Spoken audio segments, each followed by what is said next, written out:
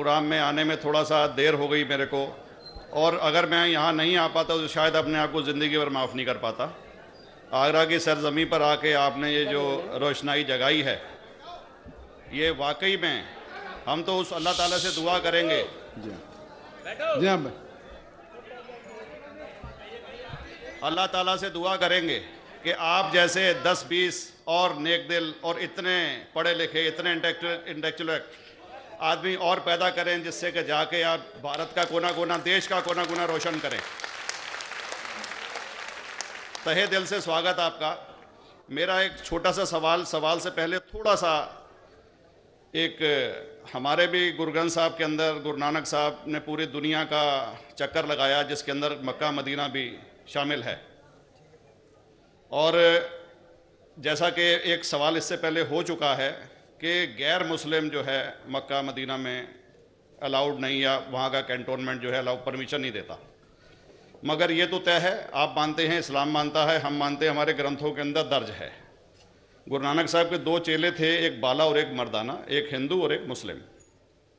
मर्दाना की बहुत ख्वाहिश थी कि मुसलमान जब तक पूरा मुसलमान नहीं कहलाने का हकदार, जब तक कि वो काबा का दर्शन ना कराए, तो गुरु नानक साहब उसको लेके और काबा गए। हमारे ग्रंथ के अंदर जो दर्ज है कि जब वो वहाँ पहुँचे, उन दिनों बहुत लंबा ये किस्सा है, 1 साल लगता था, और वो रूट सारा उसका वर्णन है।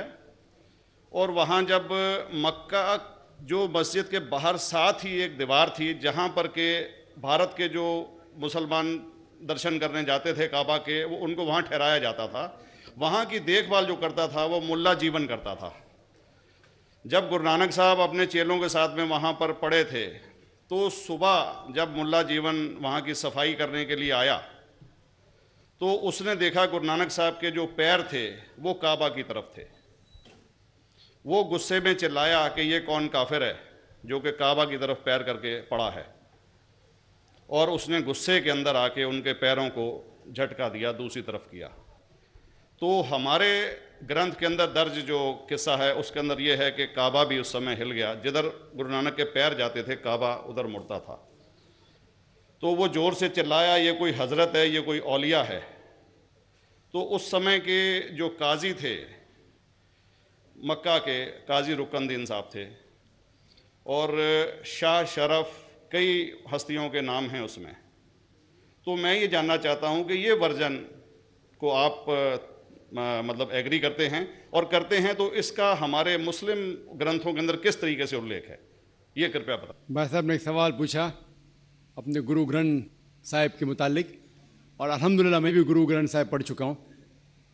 और जिस तरीके से, क्योंकि वक्त मुख्तसर सा होने की वजह से मुझे वक्त नहीं मिला कि गुरु ग्रंथ को भी कोट करूं। आपका सवाल का जवाब देने के पहले मैं आपसे ज़्यादा चाहूँगा कि इवन गुरु ग्रंथ की किताब पढ़ेंगे आप, ग्रंथ जिसे आदि ग्रंथ कहते हैं, और कोई सिख से पूछेंगे कि खुदा का तसव्वुर क्या है, सबसे बेहतरीन जवाब कोई सिख दे सकेगा, वो आपको कोट करेंगे जापू जी, जो गुरु ग्रंथ साहिब आदि ग्रंथ के सबसे पहले चैप्टर है, सबसे पहला श्लोक, जिसके कहते हैं जापू जी, जिसके मानी है कि God is true, he is only one, he is not begotten and is free from fear and want. क्योंकि मैंने अंग्रेजी में पढ़ा हूं, इसलिए मैं अंग्रेजी में उसे कह रहा हूं कि खुदा एक ही है, वो हक है, और वो ना किसी को जना है ना किसी को जनेगा, और वो इमॉर्टल है, ना कभी मर सकता है। और इसको सिखिज्म में जो खुदा को कहते हैं Omkara, in manifest form he is Omkara, and unmanifest form he is एक ओमकारा। और कई इसके एट्रीब्यूट्स है, मिसाल के तौर पे परवरदिगार, अकल, और उसे रहीम कहा गया है, Wahe Guru as one God कहा गया है, और it is strictly against idol worship and अवतारवादा। भाई साहब का सवाल था कि उनने ग्रंथ में पढ़ा कि गुरु नानक साहब मक्का के, और उनका पैर काबा की तरफ था, और कोई मौलवी ने पैर को हिलाए और काबा हिल गया। क्योंकि ये age of science and technology है, अगर कोई चीज़ जो किताब हजारों साल पहले लिखी गई है, 10,000 साल या 4,000 साल, तो शायद उसके बारे में हिस्टोरिकल रिकॉर्ड मिलना मुश्किल है। हालांकि इवन जीसस क्राइस्ट के बारे में 2,000 साल हिस्टोरिकल रिकॉर्ड है क्योंकि सिखिज्म जो एकदम नया मज़हब है, जितने मज़ाहिब के मुकाबले हिंदुस्तान में नया है, कुछ सैकड़ों साल पहले 15th सेंचुरी में, toward the end of the 15th century, Guru Nanak साहब जो पंजाब के थे, ये मज़हब तो कायम हुआ हार्डली 400-500 ईयर, 400-500 साल।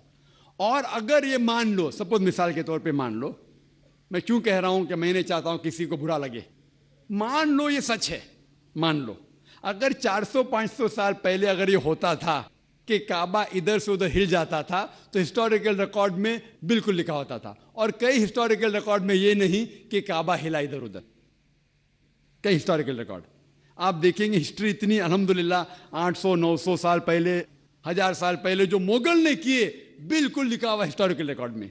तो ये कहना कि गुरु नानक साहब वहां गए और काबा हिल गया, ये बिल्कुल साइंस के खिलाफ है, क्योंकि साइंस में कोई भी रिकॉर्ड नहीं है, वहां के देश के रिकॉर्ड में कहीं भी नहीं कि काबा हिला। तो इसलिए हम कहते हैं कि हो सकता है ये गलती से किसने लिखा होगा, न कई किस्से कहानी। ये मैं तस्लीम करता हूं कि गुरु ग्रंथ साहिब में कई चीजें सही है, हक की बात है, लेकिन ये तस्लीम करना कि काबा हिल गया, ये बिल्कुल साइंस के भी खिलाफ है, साइंस के खिलाफ है।